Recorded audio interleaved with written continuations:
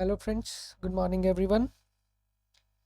Today we are going to start with the new topic of commercial law, that is contract of agency. So basically first of all let us understand what is an agency. Agency क्या चीज़ है? अब basically agency एक तरह का contract है where दो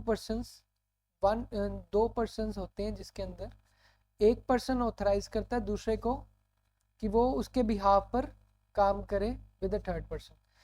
So agency is a contract between two persons where one person authorizes the other to act on his behalf and form contractual relation with the third person. तो तीसरे बंदे के साथ contractual relation form करने के लिए एक person दूसरे person को authorization देता है. तो जो तीन person involved होते हैं कौन कौन होते हैं? पहला person कौन है? Who authorizes the other, जिसे हम principal बोलते हैं. ठीक है जी. दूसरा person who acts on behalf of the first person, जो प्रिंसिपल के बिहाफ पर काम करेगा उसे हम एजेंट बोलते हैं. और जिसके साथ वो कॉन्ट्रैक्ट फॉर्मुलेशन में आएगा विद होम और कॉन्ट्रैक्ट इज फॉर्म्ड उसे बोलते हैं क्लाइंट. तो ये तीन पर्सन इन्वॉल्व है एजेंसी के अंदर, प्रिंसिपल, एजेंट एंड क्लाइंट. ठीक है जी. तो फर्दर बात करते हैं हम results of contract of agency. अगर जब भी कॉन्ट्रैक्ट ऑफ एजेंसी फॉर्मुलेट होता है तो as there exist a contract between principal and the customer, therefore तो जब भी कॉन्ट्रैक्ट ऑफ एजेंसी साइन होगा तो प्रिंसिपल के लिए क्या क्या लिमिटेशंस होगी, क्या क्या वो बाउंड होगा करने के लिए. सबसे पहले आता है principal is liable to the client for all the acts of agent. जो प्रिंसिपल है वो हर एक काम के लिए लायबल होगा क्लाइंट के लिए जो उसके बिहाफ पर उसके एजेंट ने सेट किया है. ठीक है, जिसके लिए एजेंट ने कॉन्ट्रैक्ट किया तो प्रिंसिपल उस सभी चीज़ों के लिए लायबल होगा.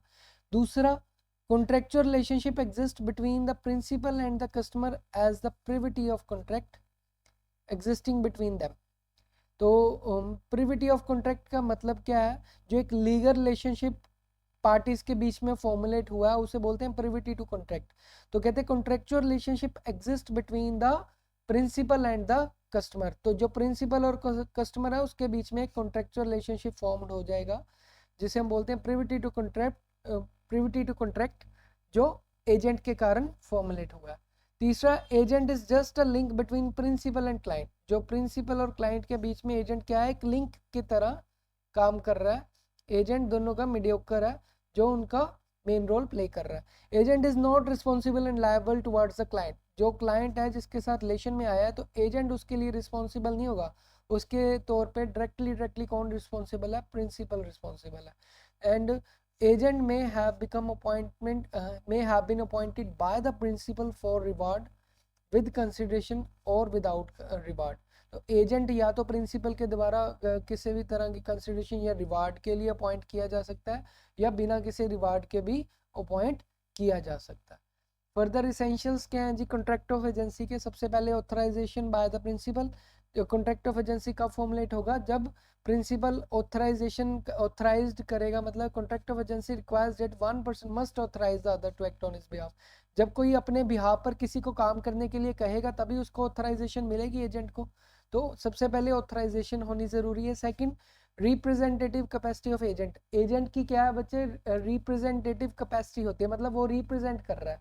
तो contract of agency is formed between principal and the agent only when the agent acts as a representative of the other. जब भी रिप्रेजेंटेटिव क्या है? जब भी सपोज एजेंट रिप्रेजेंटेटिव कैपेसिटी में आएगा प्रिंसिपल की तभी कॉन्ट्रैक्ट ऑफ एजेंसी फॉर्मुलेट होगा कि एजेंट मानेगा कि हाँ जी मैं प्रिंसिपल के बिहाफ पर किसी थर्ड पार्टी के साथ नेगोशिएशंस करूंगा.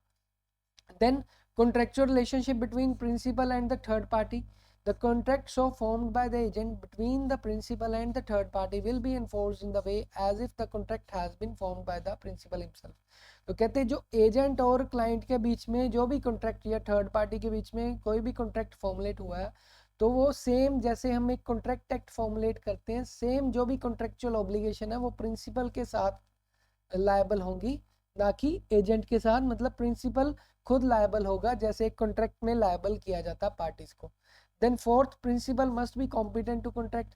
जो प्रिंसिपल है वो कॉम्पिटेंट होना चाहिए कॉन्ट्रैक्ट करने के लिए. मतलब वो जो भी हमने पहले कॉम्पिटेंसी के रूल्स पढ़े हैं जिसके अंदर जैसे साउंड माइंड, माइनर ना हो तो ठीक है, तो पार्टीज टू कॉन्ट्रैक्ट के लिए प्रिंसिपल लायबल हो, कॉम्पिटेंट हो, तभी वो एजेंट को हायर कर सकता है। Then agent may not be competent, जरूरी नहीं है। If the minor is an agent then he can form a valid contract between principal and the third person, but agent himself will not be responsible for the acts of his principal.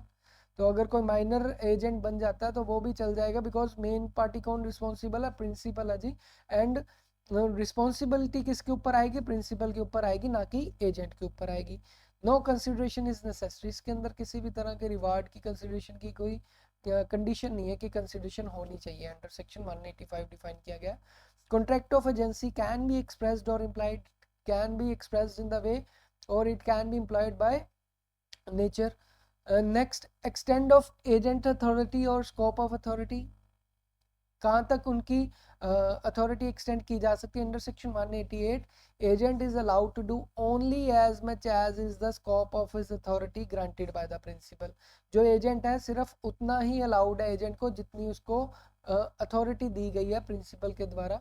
The agent has to work or act according to the instructions of the principal. ये नहीं है कि agent फिर अपनी मर्जी करेगा, अगर उसको ऑथराइजेशन दे दी, जो भी उसको पावर्स एंड इंस्ट्रक्शन प्रिंसिपल की दी गई हैं उसी के अकॉर्डिंगली वो वर्क करेगा। Only then the principal is liable for the acts of the agent. अगर वो एज पर इंस्ट्रक्शंस काम करता है फिर ही प्रिंसिपल लायबल होगा, अगर वो इंस्ट्रक्शंस के अकॉर्डिंगली काम नहीं करेगा तो that person will not be liable, principal फिर लायबल नहीं होगा। तो scope of authority of agent कैसी है जी, स्कोप ऑफ अथॉरिटी देखते हैं। कहते agent has to work according to the instructions of the principal, principal के कहने में चलेगा। Only then can the principal be liable for the acts of the agent. तो relevancy of scope of authority क्या है, for acts done with in the scope of authority the principal is liable to the third party. जो भी authority में रहकर agent ने contract formulate किए हैं उसके लिए प्रिंसिपल थर्ड पार्टी के लिए लायबल होगा। For all those acts done outside the scope authority agent is personally liable to the third party. फिर उस केस में कौन लायबल होगा, एजेंट, जो भी उसने अपनी अथॉरिटी से बाहर जाकर कुछ कॉन्ट्रैक्ट किए हैं, ठीक है, कुछ फॉर्मुलेशंस किए हैं, तो वो खुद पर्सनली लायबल होगा थर्ड पार्टी को, ना कि उसका प्रिंसिपल, अगर उसने उसको वो इंस्ट्रक्शंस दी रखी थी। Further extend of authority with its legal consequences, where the agent acts within the scope of his authority he makes the principal legally liable for all the acts done on behalf of them, but where the agent exceeds the authority then he is personally liable for the acts of third party। तो ये consequences face करनी पड़ सकती हैं, अगर agent principal की कहने से बाहर जाएगा तो वो खुद पर्सनली लायबल हो जाएगा। सब एजेंट क्या होते हैं, अब सपोज एजेंट ने आगे अपने नीचे कुछ और, प्रिंसिपल ने एक एजेंट अपॉइंट किया जो उसके बिहाफ पर अपनी अथॉरिटी एजेंट को डेलीगेट कर दी, एजेंट फर्दर अपनी अथॉरिटी किसी और सब एजेंट को डेलीगेट कर दी, agent appoints a sub agent and further delegates authority. तो सब एजेंट कौन हो गया, is a person appointed by and acting under the control of original agent in the business of agency. इसे हम according to section 191 of Indian contract act 1872 define करते हैं कि वो पर्सन जो एजेंट ने अपना काम करवाने के लिए फर्दर अपॉइंट कर लिया उसे सब एजेंट कहा जाएगा, जो ओरिजिनल एजेंट के अंडर काम कर रहा है उसके कंट्रोल में। सब्सटीट्यूटेड एजेंट कैसे हैं, under section 194 and 195। Substituted agent is the agent who is name and appointment by the agent for the principal. मतलब सब्सटीट्यूट कर दिया अपने एजेंट ने अपने जगह पर किसी और को प्रिंसिपल का एजेंट बना दिया, उसे बोलते हैं सब्सटीट्यूटेड एजेंट। इफेक्ट क्या होगा, there is a privity of contract between the principal and the substituted agent, that is the contract is found between principal and substituted agent. तो एजेंट के अंडर फिर वो कॉन्ट्रैक्ट नहीं आएगा, वो किसके, प्रिंसिपल और सब्सटीट्यूटेड एजेंट के बीच में वो कॉन्ट्रैक्ट फॉर्मुलेट हो जाएगा। Then the principal is liable for the acts of the substituted agent to the third parties and the substituted agent is answerable and responsible to the principal. तो substituted agent भी किसके लिए responsible होगा, principal को answerable और answerable होगा जो भी उसने अथॉरिटीज प्रोवाइड की हैं। The only duty of agent is to appoint the substituted agent with due care. सिर्फ एजेंट की क्या ड्यूटी बनती है कि जो सब्सटीट्यूट एजेंट वो अपॉइंट कर रहा है वो ध्यान से रखे, and he is no way responsible for the acts of the substituted agent, because वो खुद रिस्पॉन्सिबल नहीं होगा, फिर कौन डायरेक्टली रिस्पॉन्सिबल हो जाएगा, सब्सटीट्यूटेड एजेंट रिस्पॉन्सिबल हो जाएगा। तो ये भी कंडीशन आ जाती है। तो बेसिक डिफरेंस देखते हैं सब एजेंट एंड सब्सटीट्यूटेड एजेंट में। सब एजेंट्स क्या है, सब एजेंट्स को कौन अपॉइंट करता है, appointed agents to assist him in the working for the principal. तो सब एजेंट्स एजेंट अपॉइंट करता है किसके लिए, असिस्टेंस के लिए एजेंट की, for the principal, and substituted agent is appointed by the agent to independently work for the principal. ये assistance के लिए, ये इंडिपेंडेंटली वर्क करते हैं substituted agent. Privity of contract क्या है? Sub agent and agents are in privity of contract. And substituted agent की बात करें, the privity of contract is created between principal and substituted agent.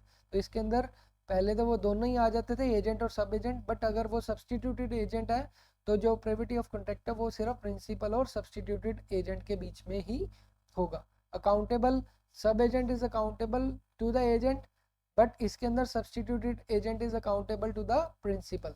सब एजेंट किसके लिए अकाउंटेबल है? एजेंट के लिए अकाउंटेबल है, और सब्सटीट्यूटेड एजेंट डायरेक्टली प्रिंसिपल के लिए अकाउंटेबल है, प्रिंसिपल को अकाउंटेबल है, उसको बताएगा अपने सारे का. Further, the principal is not liable to the third party for the acts of sub agents. Principal है जो भी थर्ड पार्टी के लिए लायबल नहीं होगा for the acts of sub agents. इसके अंदर फिर वो एजेंट्स के लिए लायबल होगा, बट इसके अंदर सब्सटीट्यूटेड एजेंट के अंदर प्रिंसिपल डायरेक्टली लायबल होगा to the third party for the acts of the substituted agent. The agent is liable for the acts of sub agents to the principal. तो जो भी सब एजेंट्स, एजेंट खुद liable होगा सब एजेंट्स के जो भी कॉन्ट्रैक्ट हुए हैं प्रिंसिपल के साथ, ठीक है, to the principal, and the agent is not liable for the acts of substituted agent to the principal. substituted agent जब होगा तो substituted agent directly liable होगा principal को, उसके अंदर agent का कोई भी रोल नहीं होगा. उसके बाद आते हैं modes of creation of agency. Basically agency creation के 3 मोड्स हैं, by express agreements, by implied agreements, by rectification. Express agreements can be oral, can be written. Implied agreements can be by estoppel or by holding out. And rectification by necessary or agency between husband and wife. इसको समझते हैं. सबसे पहले आता है implied agency can be of following kinds. Implied agency कैसे है? सबसे पहले आता है agency bye estoppel. For example इसके अंदर देखते हैं, कहते हैं रोनित ने कैलाश को कहा, Ronit tells Kailash with in the hearing of Puneet that he, that is Ronit, is Puneet's agent. Ronit ने कैलाश को कहा कि वो पुनीत का एजेंट है, ठीक है जी, कि रोनित पुनीत का एजेंट है. And Puneet doesn't object to the statement of Ronit. और रोनित की ये स्टेटमेंट को पुनीत ने ऑब्जेक्ट नहीं किया. इट मीन्स उसने एक्सप्रेस कर दिया, इम्प्लाइड कर दिया अपनी बातों से. Later Kailash supplied certain goods to Ronit who pretends to be agent of Puneet, and Puneet is liable to pay the price to Kailash as by keeping silent. तो obviously जब उससे पूछा गया तो उसने अपने implied way में वो शो कर दिया कि वो उसका एजेंट है. तो later on Puneet will be liable for the price of Kailash as by keeping silent, and Puneet led Kailash to believe that Ronit is his agent. तो पुनीत ने ये बिलीव करवाया कि रोनित उसका एजेंट है, तो कैलाश के लिए पुनीत भी लायबल होगा as agent. Then agency by holding out. ये क्या कह रहे हैं? कहते Joy allows her servant to purchase goods for her on credit from a shop.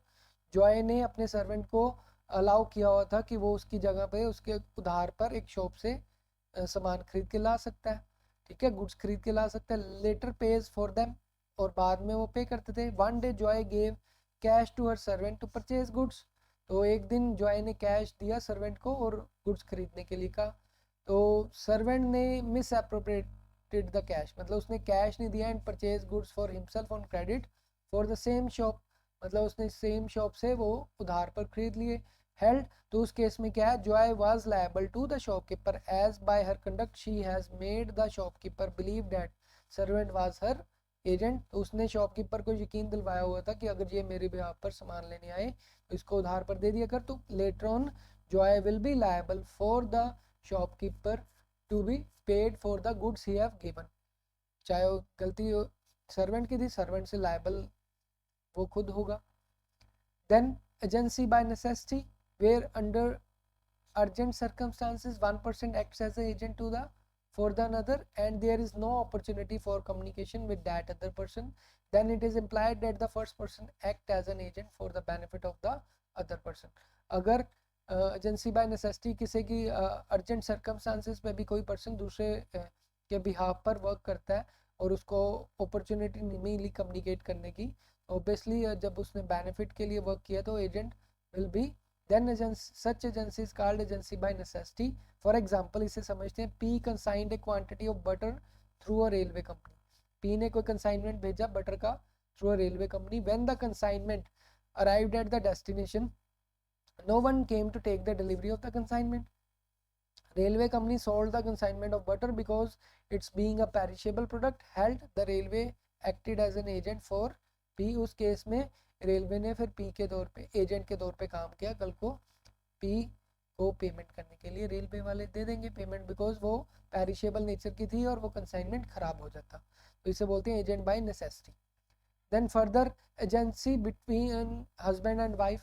For example कहते हैं wife is allowed to pledge the credit of her husband for necessity. तो wife को परमिशन होती है हस्बैंड की चीज़ें उधार चाहे वो जैसे मर्जी यूज़ करें. In other words, a wife acts as an agent for her husband, that is the principal, and can pledge his credit for buying necessities. तो उसकी चीज़ें यूज़ कर सकती है क्रेडिट पे लाने के लिए. But for this following condition should be satisfied. It is necessary that the husband and wife should be living together. ये ज़रूरी होना चाहिए कि husband and wife दोनों साथ में रहते हो. Husband and wife should be living together in a common establishment of their own. Wife pledges the credit of husband only for necessities.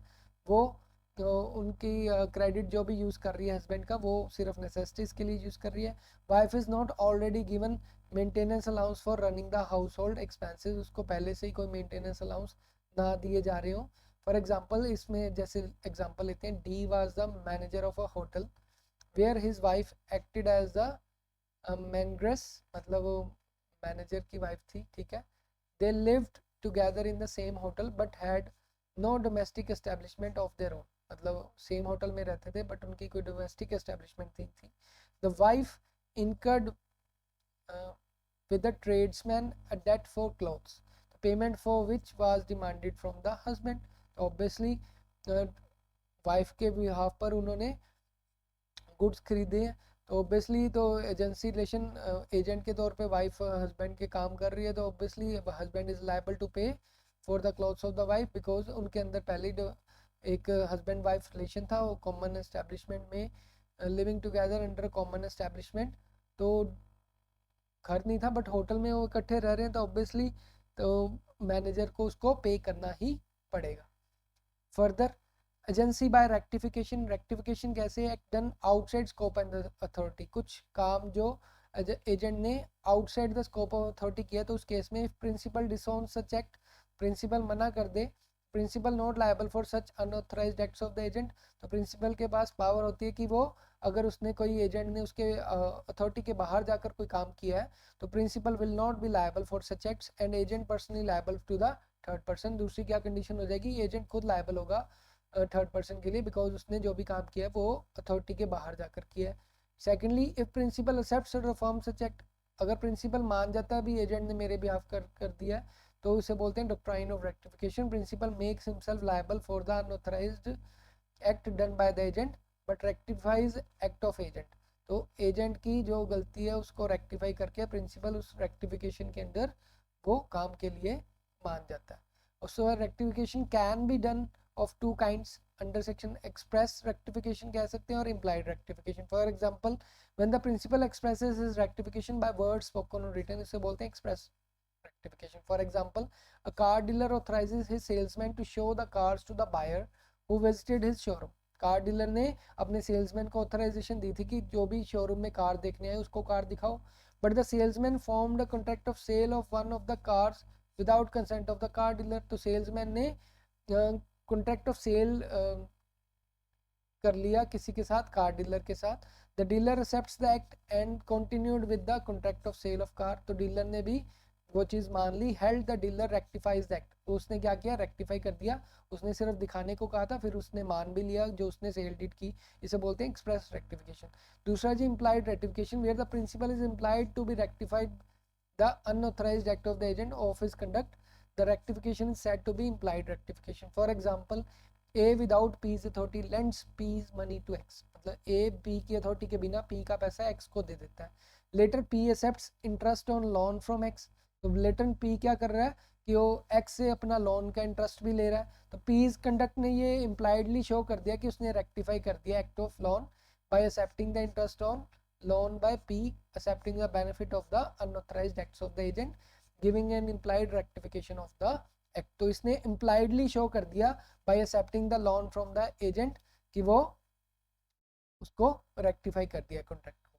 Then after the principal rectifies the unauthorized act of the agent, the principal stands liable for such act of the agent to the third party.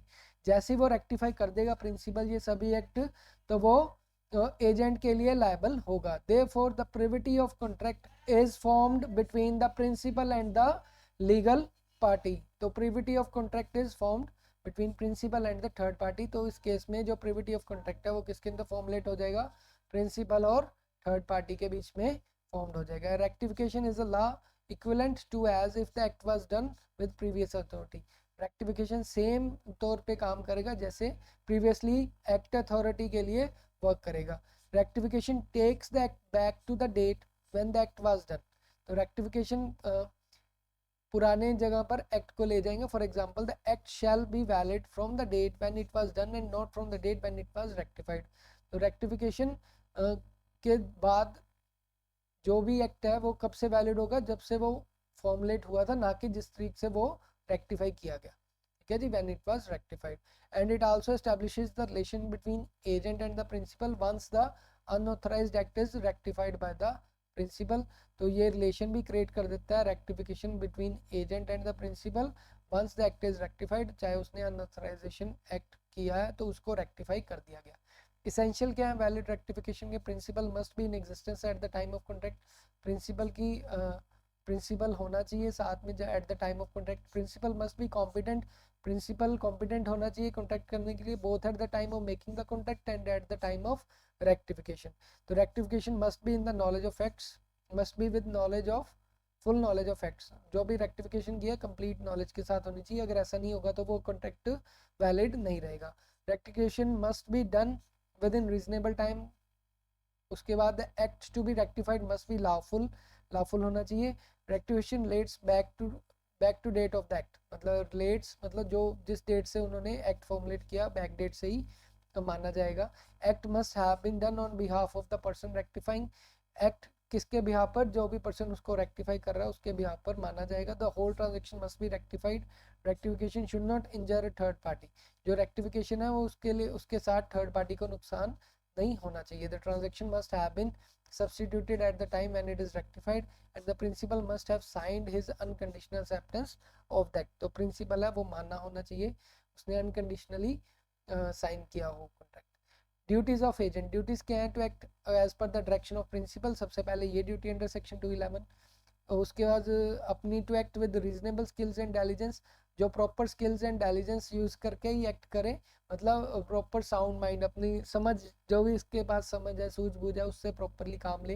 Then duty to render accounts, उसका सारा record दे जो भी वो duties perform कर रहा है. Duty to communicate, जो भी उसने किया उसको इंफॉर्मेशन में लाए. Then duty not to deal on his own account, अपने तरफ से ही ना डील करे, जो भी अथॉरिटीज़ ने इंस्ट्रक्शंस दी हैं, प्रिंसिपल ने इंस्ट्रक्शंस दी हैं उसको फॉलो करे. ड्यूटी टू पे ओवरऑल मनी, जो भी एजेंट की ड्यूटी है कि वो अगर कॉन्ट्रैक्ट फॉर्मुलेट हुआ है तो उसको ओवरऑल पे करना भी ज़रूरी है. Not to use information against principals, जो भी एज पर रूल प्रिंसिपल के अगेंस्ट जो भी उसके पास कोई सीक्रेट इन्फॉर्मेशन है वो प्रिंसिपल के अगेंस्ट यूज़ ना ही करे. Not to set up adverse title, कोई गलत काम ना करे, एडवर्स टाइटल ना करे प्रिंसिपल के बिहाफ पर कि कुछ गलत काम करे और नाम प्रिंसिपल का है तो एडवर्स टाइटल ना हो. Not to delegate, and further कुछ भी डेलीगेशन है अगर वो आउट ऑफ द अथॉरिटी करता है तो वो उसकी ड्यूटी बनती है it doesn't delegate further without the knowledge of principal. तो बेसिकल राइट्स ऑफ एजेंट्स क्या है, राइट टू रेमुनरेशन, उसके लिए उसको कुछ भी पे मिलनी चाहिए या कमीशन जो भी वो चार्ज कर रहा है. राइट टू रिटेनर्स, जब तक उसको पैसे नहीं मिलते तो जो भी उसने कॉन्ट्रैक्ट किया वो अपने पास उनके डॉक्यूमेंट संभाल के रख सकता है. राइट टू लियन, अगर उसने प्रिंसिपल के बिहाफ पर कुछ पेमेंट किया जब तक उसको मिल नहीं जाती तो उसके पास राइट टू लियन आ जाता है, जो भी वो गुड्स या सर्विसेज वो प्रोवाइड कर रहे हैं जो भी कॉन्ट्रैक्ट में. Rights to be identified for lawful acts. Indemnified, जो भी अगर उसने लॉस कुछ अगर फुलफिल किया प्रिंसिपल के बिहाफ पर तो वो सारा पैसा इंडेमनीफाई किया जाएगा by the principal. Right to be indemnified for the act done in good faith for civil, indemnify for civil wrongs. तो जो राइट बनता है एजेंट का कि जो भी उसने गुड फेथ में कोई काम किया उसके लिए उसको जो उसकी वैलिड कंसिडरेशंस हैं वो दी जाए and right to be compensated, ये सभी एजेंट्स के राइट अवेलेबल है। राइट्स ऑफ प्रिंसिपल क्या है? प्रिंसिपल उससे सभी अकाउंट्स के बारे में इंफॉर्मेशन मांग सकता है। अगर कुछ डैमेजेस हुए एजेंट की गलती के कारण या उसकी निगलेक्शन के कारण, he can seek damages for loss suffered due to agent neglect to demand all money received by the agent on his account. जो भी प्रिंसिपल के बिहाफ पर एजेंट ने पैसा लिया है वो सभी लेने के लिए लायबल है। Demand all secret profits if any from the agents. तो एजेंट्स को जो भी उसने सीक्रेटली कोई प्रॉफिट बनाया तो वो सभी प्रिंसिपल उसके लिए लायबल होगा। Right to injection from court for restraining the agent to use any information against the principal. Principal के पास राइट होता है कि वो एजेंट को कोर्ट के थ्रू भी रिस्ट्रेन कर सकता है कि वो कोई भी सीक्रेट इंफॉर्मेशन उसके अगेंस्ट यूज नहीं करेगा। Right to be indemnified for setting an adverse title of the goods. अगर एजेंट ने उसके बिहाफ पर कुछ गलत काम किया है तो एडवर्स टाइटल क्रिएट किया तो उसके लिए भी वो लॉस पेबल करने के लिए लायबल होगा। ठीक है, सभी ड्यूटीज जो भी हमने पीछे पढ़ी हैं एजेंट की वो सभी इसी में आ जाती है। ड्यूटीज ऑफ प्रिंसिपल्स, हाँ जी, ड्यूटी बनती है कि वो रेमुनरेशन देगा एजेंट को। अगर कोई एजेंट ने उसके बिहाफ पर कोई इंडेमनीफाई किया, अगर उसकी कोई ड्यूटी बनती है indemnified the agent for lawful acts, जो भी उसने कानूनन उसका जो भी खर्चा बनता है वो देने के लिए लायबल होगा principal. Duty to indemnify agent for act done in good faith. अगर उसने एजेंट ने उसके बिहाफ पर गुड फेथ में कोई काम किया है तो उसके लिए भी वो इंडेमनीफाई करने के लिए लायबल होगा। कुछ भी एजेंट का लॉस अगर सफ़र किया है उसने एजेंट ने प्रिंसिपल के बिहाफ पर ड्यू टू प्रिंसिपल नेग्लिजेंस तो उसके लिए भी कंपनसेट करने के लिए लायबल होगा प्रिंसिपल। तो ये सभी ड्यूटीज हैं प्रिंसिपल की। Liabilities of principal and agent towards third party. Third party के लिए क्या लाइबिलिटीज होंगी दोनों की, प्रिंसिपल और एजेंट की? तो एजेंट प्रिंसिपल को रिप्रेजेंट करता है थर्ड पार्टी में। Agent negotiates and decides terms and conditions with the third party. Then contract is found between principal and the third party. Consequences क्या आती हैं? Liabilities of principal towards the third party and liabilities of agent towards the third party. तो liabilities of principal क्या है? When agent is acting for a named principal, तो principal is liable for the acts of agent but agents can not स्यू और to be sued upon. तो principal liable होगा agent के behalf पर, जिसके अंदर हम एजेंट को स्यू नहीं कर सकते, सिर्फ प्रिंसिपल को स्यू कर सकते हैं। ठीक है, when agent is acting for unnamed principal, तो principal liable for acts of agent but agent can sue, can't sue और कैंट बी स्यूड अपॉन। तो ना तो स्यू कर सकता है ना ही स्यू किया जा सकता है द प्रिंसिपल। तो प्रिंसिपल के बिहाफ पर वर्क कर रहा है। ठीक है, when agent is acting for undisclose principal, agent may sue or to be sued upon, principal not liable but can intervene। तो अगर प्रिंसिपल डिस्क्लोज ही नहीं है तो उस केस में agent will can be sued and principal is not liable but can intervene between the parties. तो बीच में आ सकता है बट कांट स्यू प्रिंसिपल, उसके लिए एजेंट ही स्यू किया जाएगा। Further liabilities of agents towards the third party. Personal liability कोई भी नहीं है, अगर वो आउट ऑफ अथॉरिटी कुछ जाता है काम करता है तो खुद पर्सनली लायबल होगा, अनलेस अदरवाइज थर्ड पार्टी के लिए एजेंट खुद पर्सनली लायबल नहीं होगा। कौन लायबल होगा? प्रिंसिपल लायबल होगा। Agent can not be made personally liable. ठीक है जी, प्रिंसिपल एंड थर्ड पार्टी के बीच में कॉन्ट्रैक्ट फॉर्मुलेट हुआ है तो principal can be sued on behalf of the agent. No specific performance against the agent. Agent cannot be forced for a suit for specific performance because an agent just acts on behalf of the principal. So all legal rights are with the principal। तो सारे legal rights किसके साथ हैं? principals के साथ ही हैं। तो agent को उसके बीच में अगर वो non performance के लिए नहीं लाया जा सकता। agents can't personally enforce the contract। agent खुद personally enforce नहीं कर सकते। they can enter into by him or on behalf of the principal। जो भी वो प्रिंसिपल के बिहाफ पर कॉन्ट्रैक्ट फॉर्मुलेट किए जा सकते हैं, एजेंट डायरेक्टली एनफोर्स नहीं करवा सकता वो कॉन्ट्रैक्ट के लिए। उसके बाद अगर कॉन्ट्रैक्ट खत्म करने हैं बाय एजेंसी, चार तरीके से टर्मिनेट किए जा सकते हैं। By performance, by lapse of time, अगर वैलिड टाइम में पूरा नहीं हो रहा तो ऑब्वियसली प्रिंसिपल लायबल नहीं होगा। By lapse of time agency का कॉन्ट्रैक्ट खत्म हो जाएगा। By formulating an agreement to terminate the contract, अगर पार्टीज आपस में एग्रीमेंट करके कॉन्ट्रैक्ट खत्म कर लें। बाय रेवोकेशन और रेनोसिएशन, रिवोक कर दें या राइट त्याग दें। तो रेनोसिएशन होता है कि अपना राइट त्याग देना, तो उस केस में भी कॉन्ट्रैक्ट ऑफ एजेंसी खत्म हो जाएगा। बाय ऑपरेशन ऑफ लॉ ये 5 तरीके से कॉन्ट्रैक्ट ऑफ एजेंसी खत्म हो सकता है। I hope you like the video. If you have any queries you can put it into the comment below. Thank you so much.